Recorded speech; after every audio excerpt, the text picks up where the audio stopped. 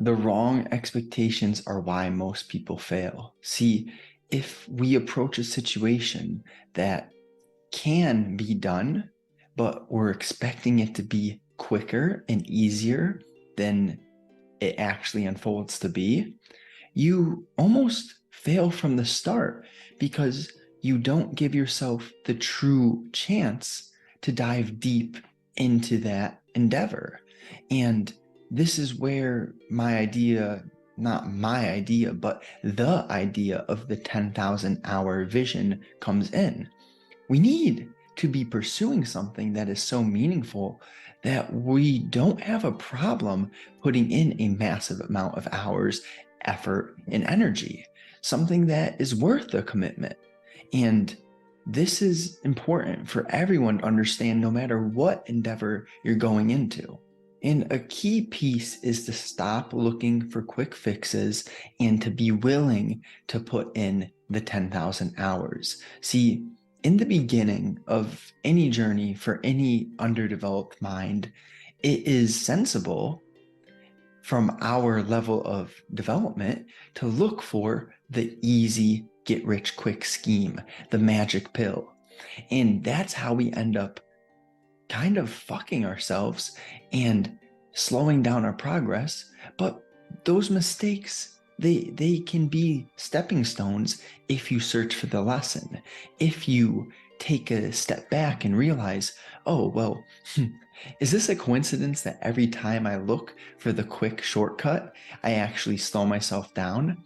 I don't think it's a coincidence. What about you? So the time horizon that you set for your mission is crucial, and you're better off to overestimate how much time and effort it will take. And then, well, who knows, if you finish a little bit earlier than you expected, then you actually have a good feeling. You did better and you executed quicker than you thought. But if we underestimate, that leads us to find ourselves disappointed when we didn't get the results we were looking for. And see, you cannot control the outcome, but you can completely monitor the amount of energy and intention that you show up with every day. So, what is helpful if you're looking to uh, achieve a long-term goal? We need to pay attention more to the effort that we exert on a daily basis than the results that we're getting. And I'm not implying that we don't need to reflect. We do need to pay attention to the results that we're getting. But the point is, I'm sure you've heard of that V curve where we're kind of going horizontal and then slowly things start to pick up. That's what I'm getting at. And you might be right before the diamonds and not know it. So we need to persist. We need to have a reason that's so powerful that allows us to not give up and to continue even when we didn't get the results that we're looking for in the short period of time that our initial expectations were set for. And when I bring up purpose and reason, we have to understand that it's okay to start shallow with these areas because every human goes through the stages of development. And for materialistic wants and needs, that is how most of us will start. And some of us will get deeper in this journey and realize, well, it's not just about what I have. It's not just about what I do, but it's more about my character, who I am, my real being. And of course, having and doing is important, but you will transcend if you invest your days intentionally, if you look for a purpose that is so powerful that you're not only helping yourself, you're not only helping your local community and the people you come in contact with in physical reality, but you're actually helping the whole world in an existential area. And you understand that the ripple effect, that how do you make the world better? First, you have to make yourself better, and then you make your physical reality better. And at the same time, of course, with technology, we can be building something that has the potential to reach people all across the world. And side note, but it's important that you do not get too caught up in what everyone else is doing, because the average man is living a quiet life of despair. They are fitting in, following the route that our society has set them up for. But the hard truth is that our society does not emphasize fulfillment and meaning.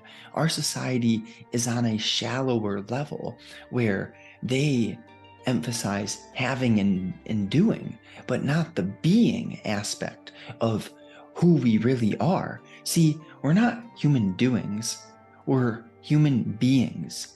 And it's about connecting with your truest self, figuring out what gifts do you have and how are you going to use those gifts to make the world better.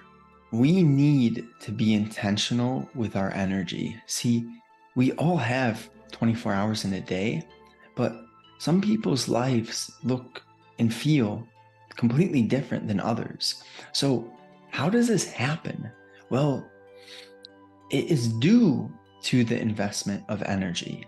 And one of the biggest tips, pieces of guidance that I would share with others due to how it helped me is learning how to be alone, and replace that word alone with solitude, because to me, alone implies loneliness, and loneliness does not feel or sound good.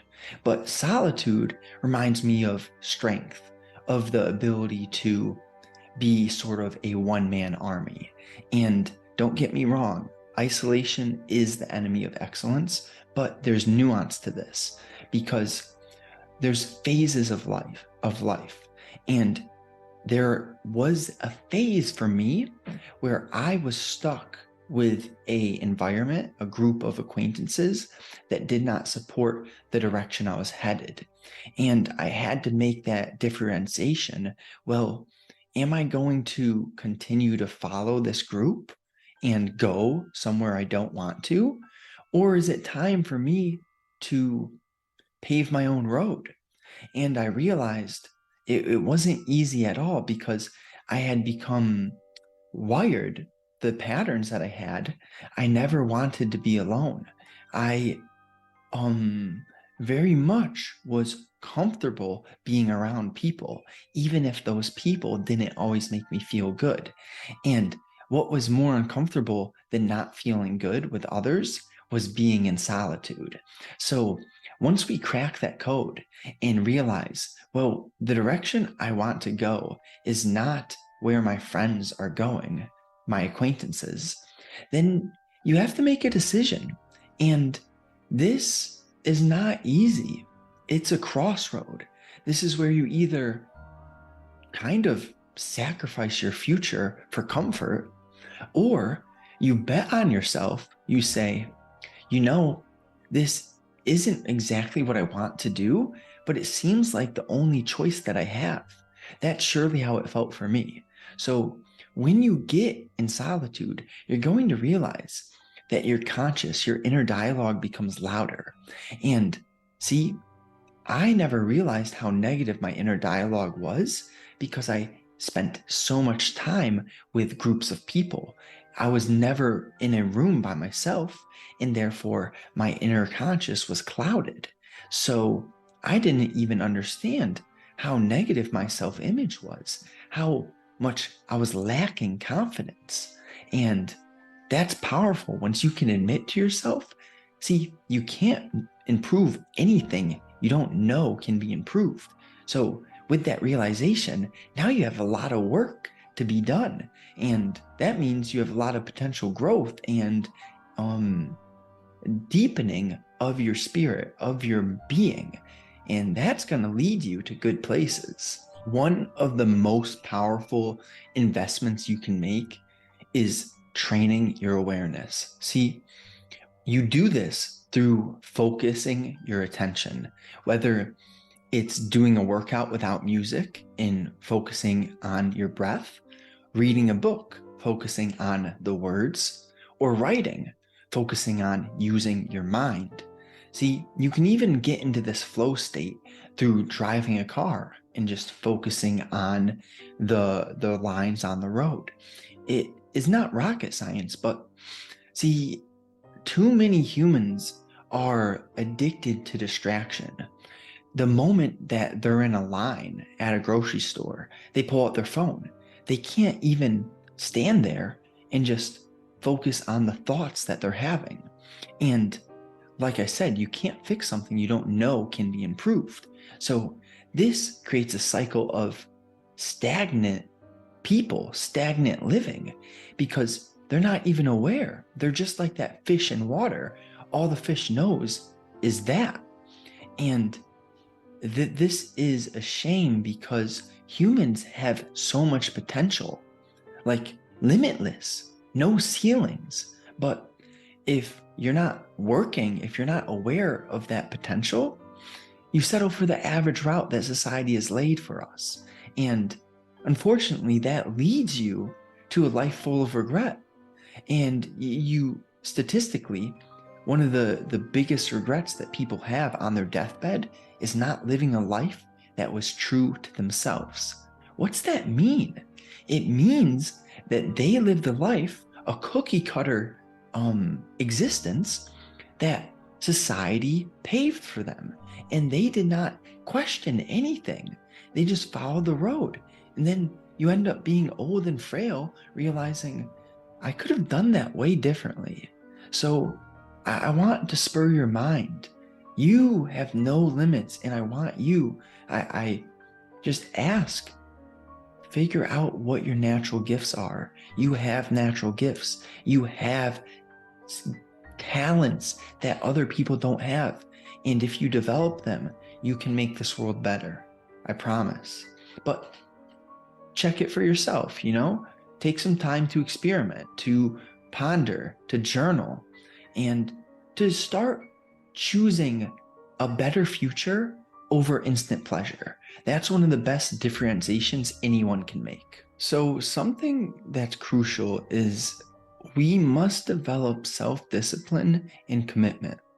And you build this through making that solid choice to put your future self above your pleasure-seeking ego.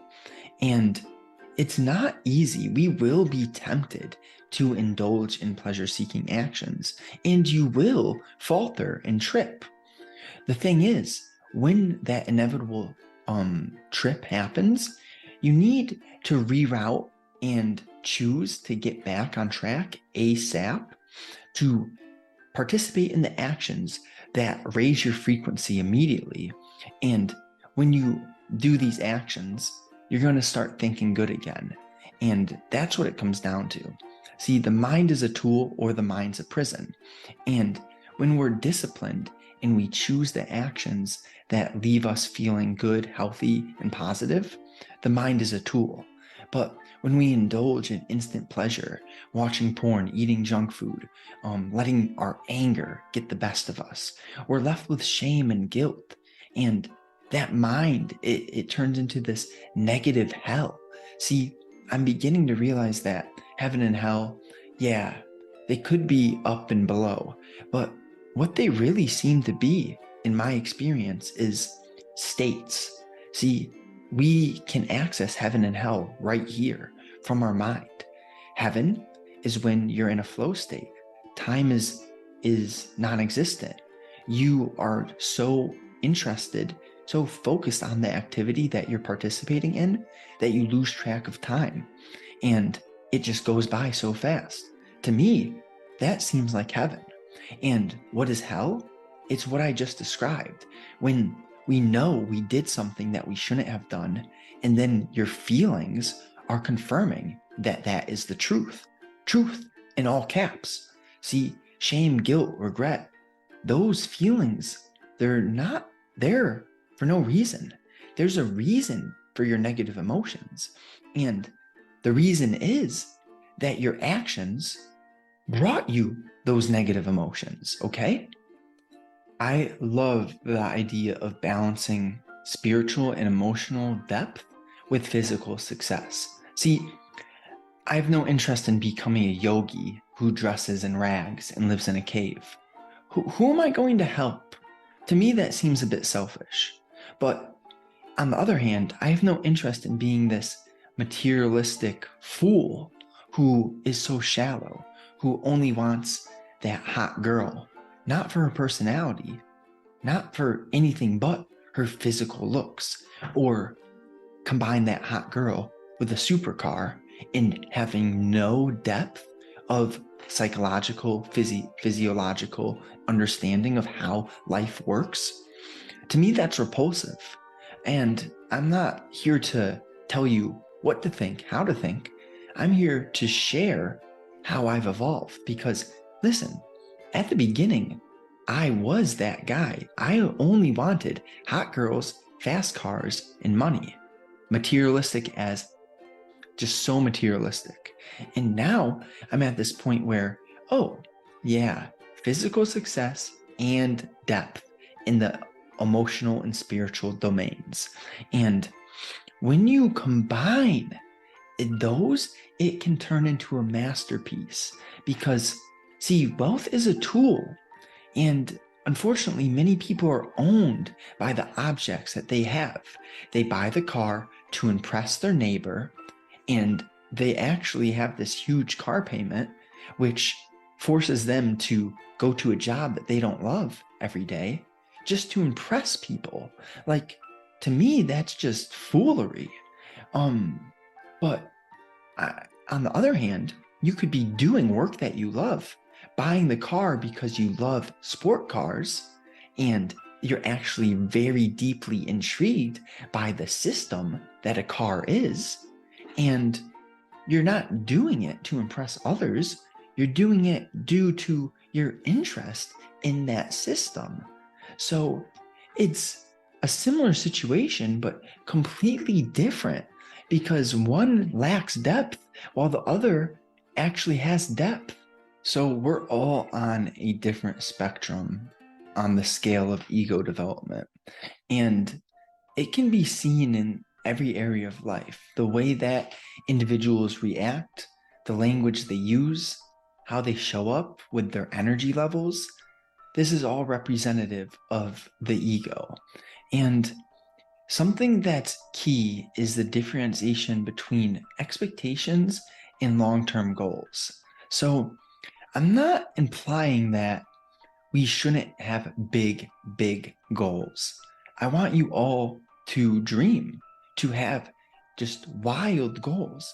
But then your day-to-day expectations need to be realistic.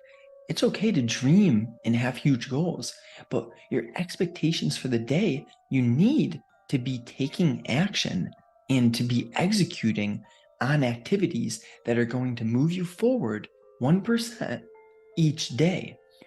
You cannot just wish and hope. Those are not strategies. See, you think big. Don't think realistic when it comes to long-term goals. But when referring to actually getting there, we need to create realistic strategies that are going to advance you every day. So it's a nuance. I'm telling you two counteracting things, but that is the sign that you are going to be doing something big when you understand that life is not simple. There's nuance and infinite complexity. So we can accept this and understand that life is gray, a million shades of gray. It's not black and white. There isn't good and bad.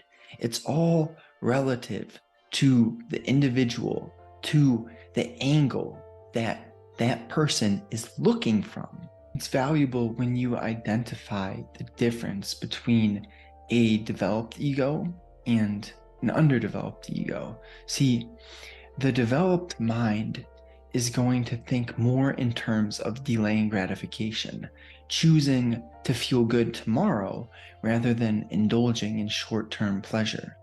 And we have to really work at that ability to switch from the macro to the micro and back and forth. Because if you get too caught up in either the big picture or the small picture, you're going to stray to an extreme.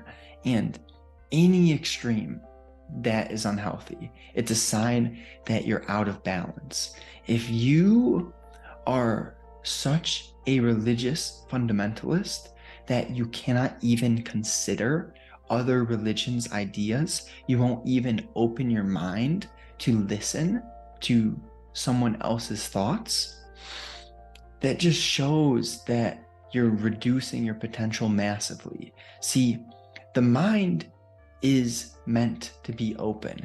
It is not meant to stick to beliefs and hold those beliefs so tightly through your entire life that you don't change and evolve.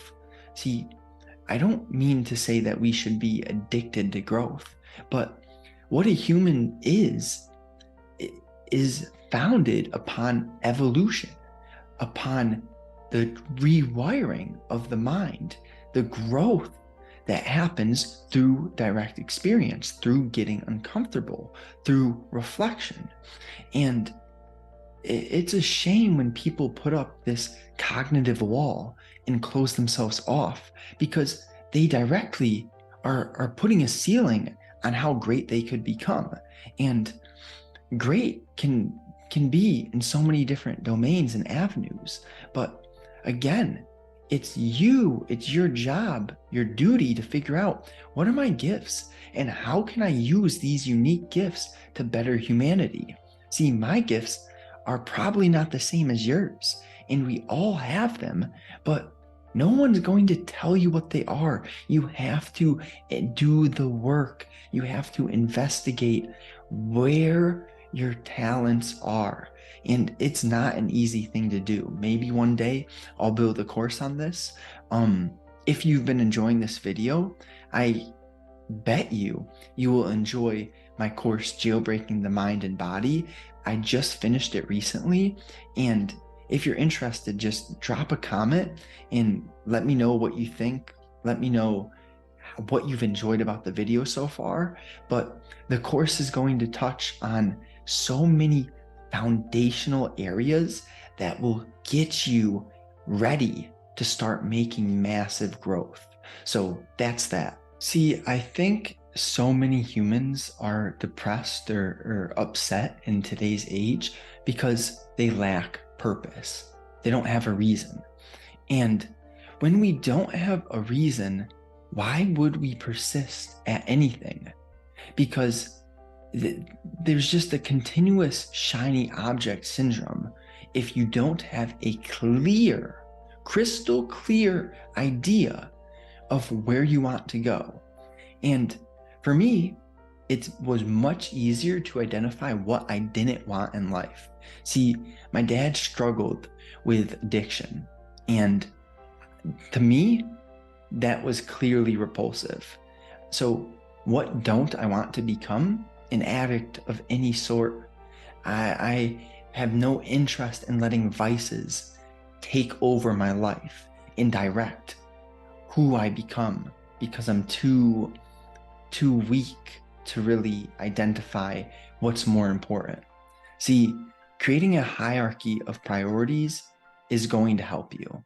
So what that means is that you identify your top priorities, and then you order the priorities from most important to least important, and then you execute on those priorities due to the list that you've created. So it's not rocket science, but a lot of people just don't have the systems in place, the frameworks that allow them to make the right decisions. See, for me, it's easy to find myself confused if I have too many options. So I had to get crystal clear on the trade-offs that I was willing to make. See, if you're not 100% all in on your mission, I don't think that you'll get where you want to go, because I don't think anyone has ever gotten great at something by accident. See, people who become professional at a skill at an activity. They committed to it.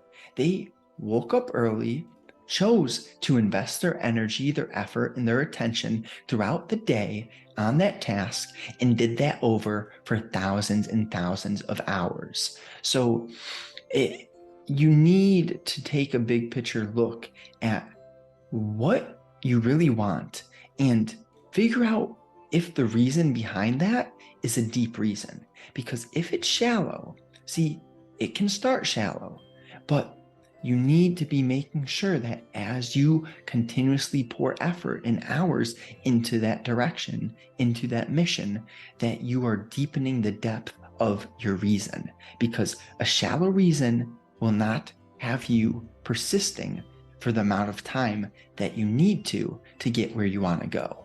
And a shallow purpose is much better than no purpose. See, let's say it's shallow, but you know there's a few things you have to avoid, and there's a few things you have to do. See, that's much better than having no reason. See, no reason, you can indulge in any temptation. Poison yourself with alcohol, poison yourself with junk food, indulge in cheap dopamine, and therefore destroy any amount of willpower, any desire to become great. You indulge in those actions, you lower your frequency. With a low frequency, you're going to be thinking negatively, and you're going to have no inspiration to do jack shit. So it's important to have some sort of reason. Even if it's shallow, a shallow reason is way more helpful than no reason at all. Here's a few signs that you're operating in a low frequency state. You're blaming others, judging, you're lacking responsibility, and the inner dialogue you have is negative, and you're seeking pleasure over reason, and you have shallow thinking. Like, if I do this, I'll get that. If I say this, she'll say that. Rather than thinking on a deeper level of, like, how will she feel if I say that? And it's not a huge difference, but it is. But the depth is in nuance. So if you're not a nuanced thinker yet, you might not understand the shallow differentiations that I'm making. But as you develop your mind, you'll come to realize, whoa, it's actually the smallest details that make the biggest differences. So a high frequency is quite different. It's open-minded, curious, observant, kind, intentional and detailed, accountable, nuanced, understanding, and thinking bigger picture, not just instant pleasure, not just short term. So high consciousness is strategic in how they invest their energy. Because, see, I mentioned earlier, we all have 24 hours in a day, but some people end up with different lives. It's because they're operating on a different frequency. They are planning and being intentional with their days. So test this out, and I bet you it'll help you. Start building a materialistic purpose if you don't have any purpose, but be sure to adjust that as you go, and expect to put in years of effort before you get the outcome that you desire. Have a big picture vision that's so powerful that you're willing to put in years of effort, and consistently ask yourself every week, what am I doing that I know I shouldn't be doing? And seriously and playfully contemplate that. Take out pen and paper, just write about it. Joke with yourself, but don't lie to yourself. And ask every week, why am I doing what I'm doing? See, if you ask that, you get an answer. And you say, why am I doing that? You get an answer. And then you say, why am I doing that? Etc. Continue to do that until you really feel you're at a core, strong answer. That will help you. So if you've enjoyed this, if it was valuable, the best way to help more people see this is liking the video, and I'd love to hear your thoughts. Just let me know what you're thinking in the comments. And if you really want to help me out, share it with a like-minded friend. Share it with a bud who you know is interested in this sort of content, interested in creating the best life they possibly can. And I appreciate you. Until next time.